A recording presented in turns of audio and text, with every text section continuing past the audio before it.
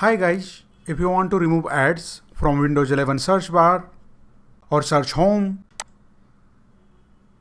then let's see how to do it. To remove ads from search bar or search home, first of all right click on the start menu and then go to settings and then go to privacy and security. Now here scroll down. Now under the Windows permissions, you will see this option, search permissions. Simply click on it. And now scroll down. Now here under the more settings, you will see this option, show search highlights.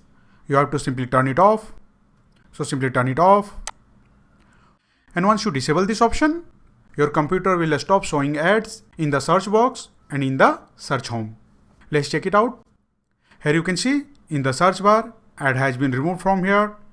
And in the search home, ad has been removed from here as well. You can see there are no ads in the search home section. So that's it guys. This is how you can easily remove ads from Windows 11 search bar and search home. If you like this video, please subscribe the channel.